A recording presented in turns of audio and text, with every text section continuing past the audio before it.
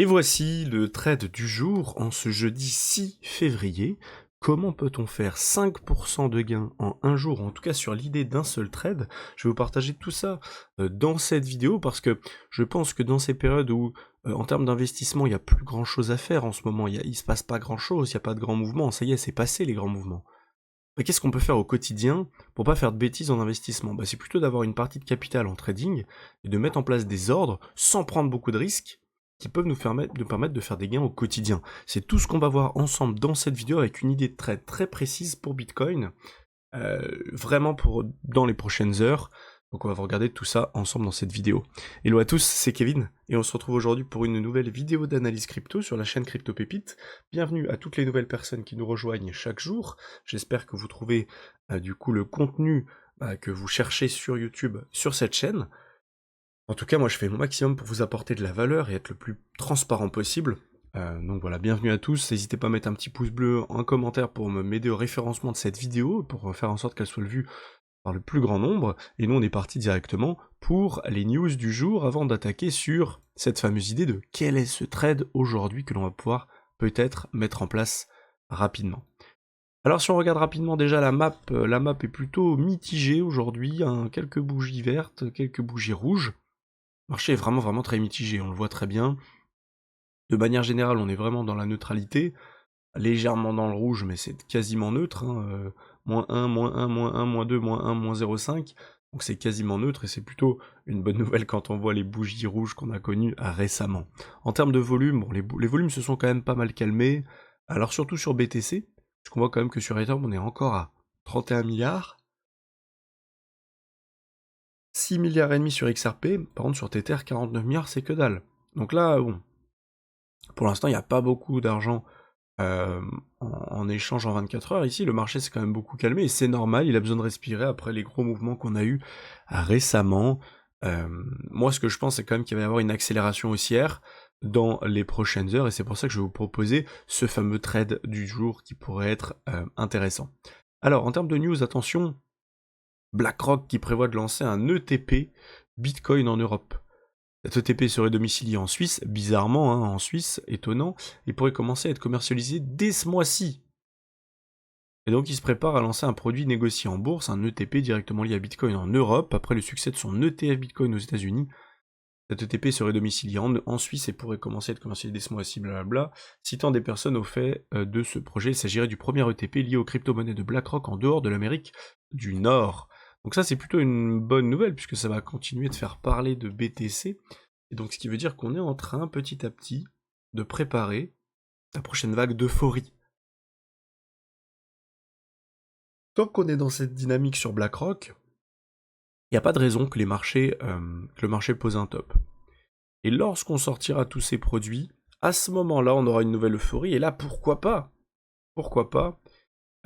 aller chercher de l'euphorie ensuite dans les prochaines semaines, prochains mois, en faisant beaucoup de pubs autour de leurs produits. Pour l'instant, c'est pas le cas. Si on regarde également du côté de MicroStrategy, MicroStrategy devient Stratégie, change leur nom, je sais pas pourquoi, mais c'est comme ça. La plus grande société de trésorerie Bitcoin au monde. Juste avant l'annonce de ses résultats trimestriels, Microsoft Strategy a dévoilé un changement de nom, il s'appelle désormais Strategy. Retour sur ce changement d'identité, les chiffres marquants de ces publications des résultats, alors le nom ne nous intéresse pas vraiment, ce qui nous intéresse plutôt c'est ces résultats du 4e trimestre 2024. Et donc, parmi les chiffres marquants, nous pouvons notamment noter des charges d'exploitation en hausse de 700% par rapport à l'année précédente, à hauteur de plus de 1,1 milliard, en grande partie représentées par des pertes de valeur sur les actifs numériques pour 1 milliard de dollars. Tandis que l'entreprise possédait 446 000 bitcoins au 31 décembre, pour une valeur marchande de je me suis perdu, de 41,7 milliards de dollars, elle détenait en parallèle seulement 38 millions de dollars de trésorerie et équivalent de trésorerie. Donc ça c'est vraiment fou, ça veut dire que déjà elle possède quasiment tout en Bitcoin. Trésorerie 38 millions, contre 42 milliards de dollars de BTC, c'est colossal. L'autre point important à noter est une activité logicielle en baisse de 3% pour un chiffre d'affaires de 120 millions de dollars face à une capitalisation boursière de 84 milliards, pour laquelle les avoirs en Bitcoin de la société pèsent un peu plus de 54% de ce montant. On peut donc se demander si le titre n'est pas valorisé à l'excès. Pour financer ses achats de BTC, Strategy a d'ailleurs émis 42 millions d'actions ordinaires de classe A au 4e trimestre, ce qui lui a généré des revenus à hauteur de 15 milliards de dollars. Ce programme d'émission d'actions s'est d'ailleurs poursuivi en début d'année, avec près de 6,5 millions de nouveaux titres pour une valeur de 2,4 milliards. C'est fou quand même, parce que... Je bois juste un petit coup. On se rend compte que ça tient pas à grand chose. Une entreprise aussi grandement valorisée, ça tient pas à grand chose. En tout cas, ça va dépendre des frais que cette entreprise a au quotidien, tous les mois, dans l'année. Parce que ici, on se rend vite compte qu'elle possède tout en BTC. Si demain le BTC se pète la gueule, ben on a un gros problème de valeur marchande par rapport à la trésorerie réelle de l'entreprise. Et au final, à l'inverse, si le cours continue de monter et que Strategy, à un moment donné, prend beaucoup de profit sur la montée avec ses BTC pour renflouer sa trésorerie, pourrait se faire vraiment des fameuses cojones dorées, et donc bah, ça pourrait être vraiment colossal pour eux, donc c'est vraiment à double tranchant. Alors est-ce que c'est vraiment à double tranchant dans le sens où ils prennent du risque, ou est-ce que c'est complètement mesuré parce que de toute manière ils seront au courant, et ils sont tout le temps au courant des mouvements, que ce soit à la hausse ou à la baisse, du BTC du BTC, et que tout est orchestré en fait, tout simplement, donc ça me fait me questionner sur ça, et je sais pas trop ce que vous en pensez. Est-ce que vous pensez qu'ils font ça en prenant énormément de risques? Ou est-ce que vous pensez que tout est juste maîtrisé et qu'ils savent exactement dans quelle direction le marché va partir, de manière long terme plutôt, hein, pas forcément court terme, mais à long terme, donc ils prennent pas de risques. Maintenant on est parti directement sur notre BTC qui a bien rebondi, donc sur notre fameuse zone des 92 999 $, donc en gros nos 93 000 $ ici, entre 91 et 93. Et maintenant qu'est-ce qui se passe? Alors, ce qui se passe, c'est que on a eu un premier rebond, on s'est fait rejeter. On s'est fait rejeter à court terme ici, et ce rejet à court terme, juste là, il a eu lieu dans une grosse zone d'imbalance qu'on a juste ici. Donc notre zone d'imbalance, elle est, on va la noter juste entre là et là, donc juste ici. Si je trace un seuil médian de notre zone d'imbalance, on voit qu'on est venu travailler le seuil médian 2 fois de suite. En plus de ça, on est venu faire un premier bottom, on a rebondi, on est venu faire un second bottom. Alors est-ce que le second bottom est venu chasser? Non, le second bottom n'est pas venu chasser le plus bas. Ici on a juste fait un double bottom, mais on n'est pas venu chasser en bas. Donc là, attention à pas venir juste récupérer d'abord tout ça, et ensuite rebondir pour notre fameuse idée de trade. En tout cas, je vais vous partager l'idée de trade, ce que c'est.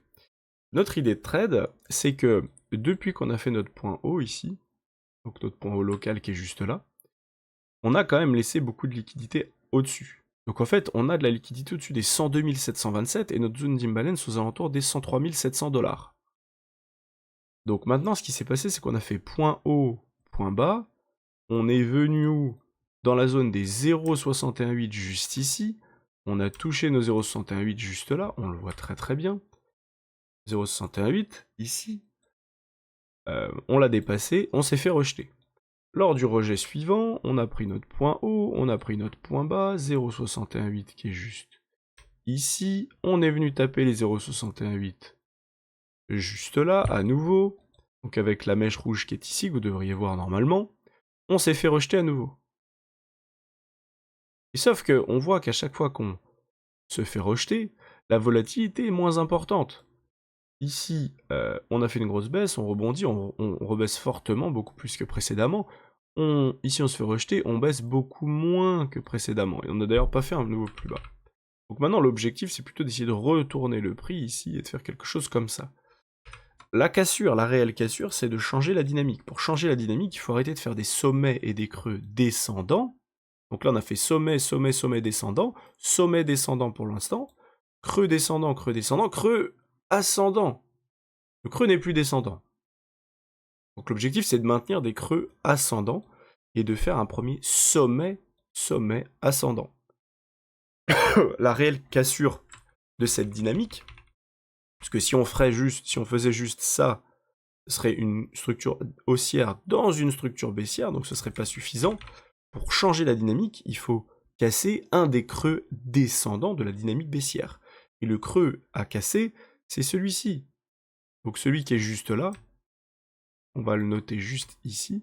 Donc c'est celui des 99 124 $. Donc il faut clôturer en 1 heure au-dessus des 99 124 $, juste ici. Si on clôture au-dessus de ça, alors on aura un setup de longue, et c'est l'objectif du jour, parce qu'on est très très proche. Donc là je vois deux possibilités, je vais me renoter ça juste ici. On a deux possibilités, on a première possibilité, le marché doit d'abord venir récupérer ce double bottom qu'on a posé ici entre le 4 février et le 6 février. On vient récupérer le bottom, on rebondit, et là du coup on crée une divergence entre les deux, ou en tout cas on rebondit ici au-dessus, et on crée un setup de longue, et on va long, stop en dessous. Donc premier setup qui va ressembler à ça, on va long, quelque chose comme ça, stop en dessous du plus bas, et l'objectif ce sera de venir casser tous les creux descendants, et enfin de venir dans notre zone entre les 102 770 et les 103 700 $. Dans ce cas-là, ça nous ferait un trade d'à peu près, si je me mets entre les deux, d'à peu près 7%. 7% de gain pour 0,85% de risque. Donc ici, on va se le noter. Première idée de trade. 0,85% de risque pour 7% de gain. Ça, c'est la première idée de trade. Deuxième idée de trade, c'est que finalement, la première action qu'on aille faire, c'est pas récupérer les points bas ici, mais c'est plutôt d'aller directement, donc on peut corriger un petit peu, peu importe, mais en tout cas qu'on aille casser notre fameux dernier creux descendant, aux alentours, donc on a dit des 99 124 $, et dans ce cas-là, l'idée de trade, ce serait plutôt d'avoir un trade beaucoup moins intéressant en termes de risk-reward, mais qui pourrait nous permettre d'avoir un risk-reward suffisant. On vient casser, on met notre stop soit tout en bas, soit en dessous du dernier creux descendant. Donc imaginons qu'on ait notre dernier creux qui fait comme ça, hop, on fait ça. Dans ce cas-là ici, on mettrait notre stop en dessous de ça, par exemple. Si le marché vient faire quelque chose comme ça, hop, avant de casser ici. On va mettre notre stop en dessous de ça, parfait. Pour être un petit peu plus agressif que si on le mettait tout en bas et pour avoir un meilleur risk-reward. Et ensuite, le TP, on va le mettre au même endroit, donc en moyenne ici, ce qui nous ferait prendre 4% de gain pour 1,86% de risque. Donc en moyenne, ce qui nous ferait entre les deux trades à peu près 5% de gain. Donc la deuxième idée de trade, on va se la noter également. On va prendre ça et on va se le foutre ici. Tac. Ça, je vais même le décaler à peu près là. On a dit 0,85, bon, peu importe. Remarque, je peux décaler ça normalement comme ça. Je sais pas pourquoi là je peux pas le décaler, mais... Bon, on va faire comme ça, parfait. Ok. Et ici, on va se noter la deuxième idée de trade, comme ça on aura les deux, et on suivra ces deux possibilités que l'on attend, pour l'instant que dans un sens de longue, pas dans un sens de short, parce que pour l'instant on est dans une dynamique où on a besoin de short squeeze, donc d'aller plus haut. Deuxième idée de short, on est à 1,86 de risque, et en termes de gain, on est à 3,74. 3,74. En termes d'idées, ce qui est très intéressant pour ces deux setups, c'est que donc pour le premier, on est carrément sur 8 de risk-reward. Ça veut dire quoi? Ça veut dire qu'imaginez, sur chaque trade, vous risquez 1 euro de gain. Enfin, vous risquez 1 euro de gain et 1 euro... Enfin non, vous risquez 1 euro de perte. Et bien pour chaque 1 euro de perte, vous pouvez gagner 8 euros. Donc ça veut dire quoi? Ça veut dire que vous ouvrez le trade, il passe pas, vous perdez 1 euro. Donc là, il passe pas. On va plutôt faire comme ça. Donc vous misez 1 euro de perte, ça passe pas, vous perdez 1 euro. Le marché redescend un peu, il refait la même chose, donc vous avez votre première attaque baissière, ça marche pas, ça redescend, ça remonte. Vous refaites, vous remisez 1 euro, ça re-rate, vous re-ratez votre trade. Vous refaites encore une fois, ça re-rate, vous reperdez votre trade. Vous avez raté 3 trades d'affilée, vous avez perdu 3 fois 1 euro. Votre trade passe, ensuite vous refaites votre trade, vous misez 1 euro.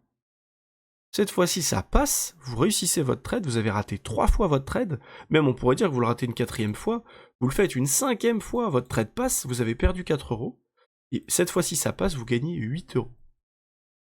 Parce que du coup, vous gagnez, ici, vous allez gagner 8 fois plus que ce que vous allez perdre. Quand vous allez perdre 1 €, l'objectif, ça va être d'en gagner 8.